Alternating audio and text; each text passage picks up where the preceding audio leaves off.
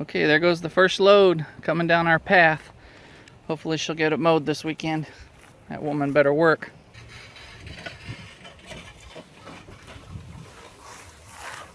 So we have all these left over from the doghouse. It's really not that bad.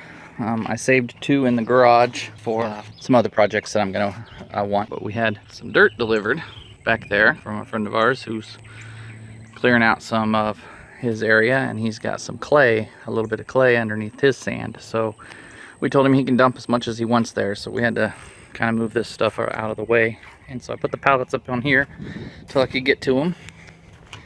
And I'm gonna make that compost bin to get rid of our little mess that we have over there in the buckets.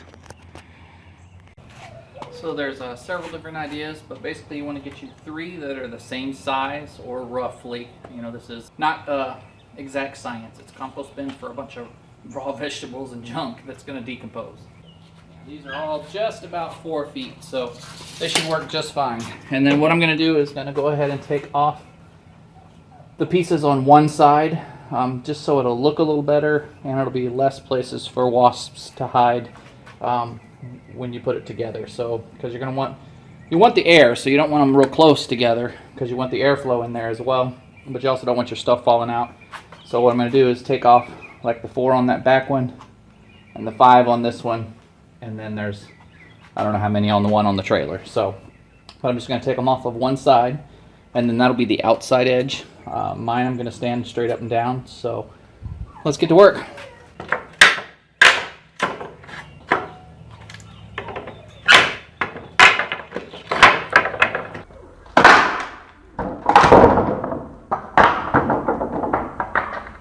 Okay, I'm not sure how much of that you saw.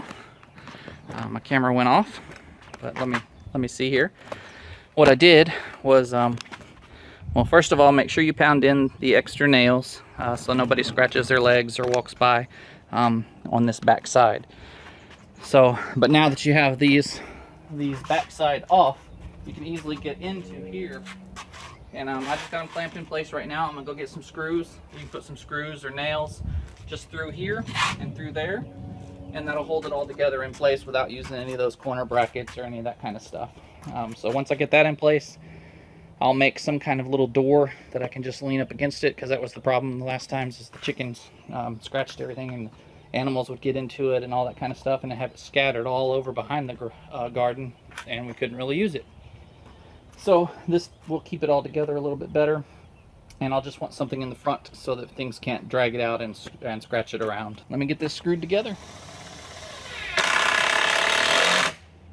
And I've got 3 1/8 inch nails so that it'll go through this 2x4 and that 2x4 and pull it together nice and tight. See how it pulls that right in there?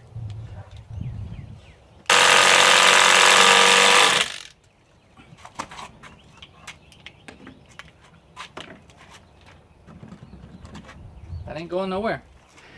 Let's get it down there behind the garden. One last thing, I decided to use some of the ones that I tore off of the back to fill in the gaps about halfway up.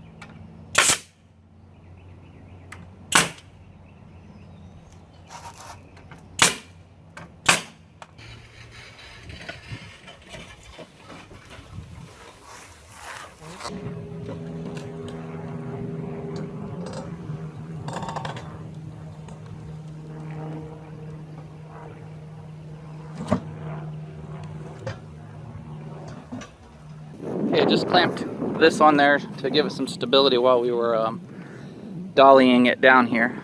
But I think this will be a good spot right here, and that way it's not all the way behind the garden, and it'll make it easy once we mow. We haven't mowed the backyard yet. We'll have to get that done this weekend, and then it'll be nice and easy to walk down here and dump the stuff. So just get the door on there and the compost in, and we'll be ready to go. Okay, there goes the first load coming down our path. Hopefully she'll get it mowed this weekend. That woman better work. As always, thanks for watching. Leave comments below on things you'd like to see, and we'll catch you in the next video.